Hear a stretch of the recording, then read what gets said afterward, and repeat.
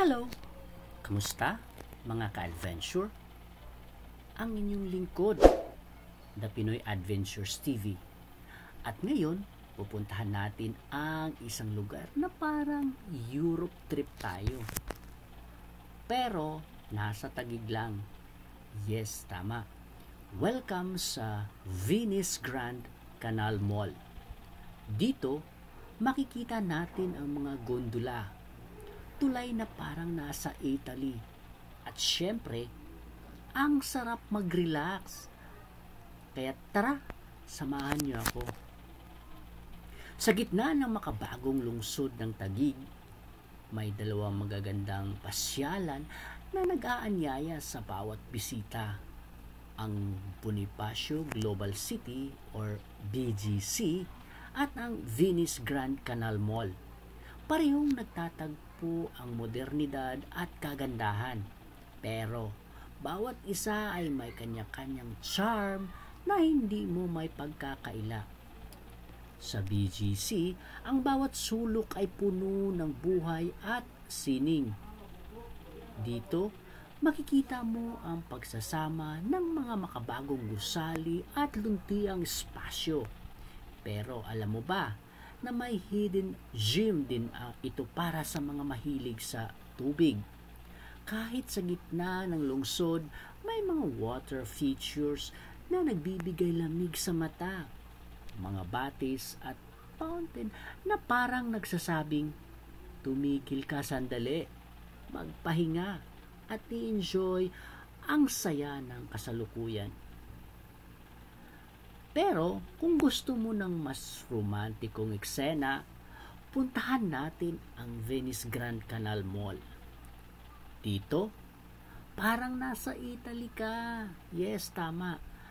Ang makukulay na gusali, ang mga gondola at ang malavinis na kanal ay siguradong magpapangiti sa iyo. Ang ganda ng lugar, di ba? Pakiramdam mo, artista ka sa pelikula.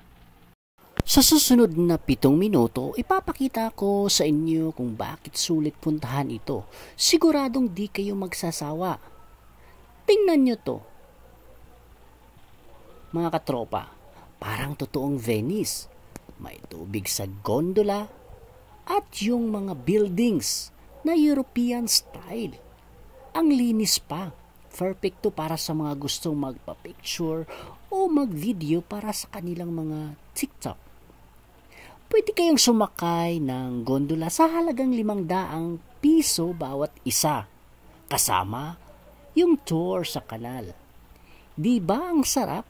Feeling rich, hahaha. Pero kung di kayo sasakay ay okay lang. Ang daming pwedeng i-explore dito. Yes. Dito sa tulay, ang daming nagpipicture. Tip ko lang sa inyo, magsuot kayo ng damit na pambida. Dapat IG worthy lahat. At syempre, habang kayo ay napagod sa kakaikot at tsak kayo ay magugutom. Abay, pag kayo ay nagutom, huwag kayong mag-alala. Maraming mga choices dito.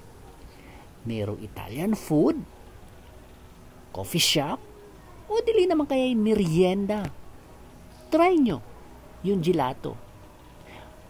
Para akong nasa heaven nung kinain ko yun. Lalo na yung carbonara. Ang daming dessert.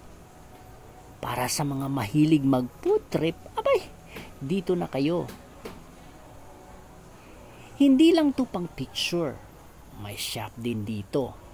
Pwedeng mag-shopping o manood ng sine.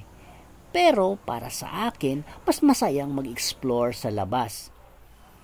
Pwede rin kayong mag-relax. Dito, ang peaceful ng lugar. Lalo na pag hapon, perfect para sa gustong magmuni-muni o kaya naman magdrama. Nakita nyo? Yung mga Italianong naka-costume. Pwede nyo silang picturean. Libre lang yan mga lods. Kaya ano pang inantay nyo? abay halina't dalhin na ang iyong mga kaibigan, ang inyong pamilya, o kaya naman ang inyong at mga ka-adventure kung kayo ay nagbabalak o ay nagpaplano na pumunta dito, ang mga dapat ninyong tandaan, mga kailangan ninyo upang kayo ay magiging maayos ang inyong pagpunta. Magbaon ng payong dahil mainit, dahil nasa labas. Sunscreen kung kayo ay ayaw umitim. Dahil sabi nga, mainit sa labas. Pumunta kayo ng dapit hapon para mas maganda ang lighting ng picture. Ayan, yung mga tips ko sa inyo.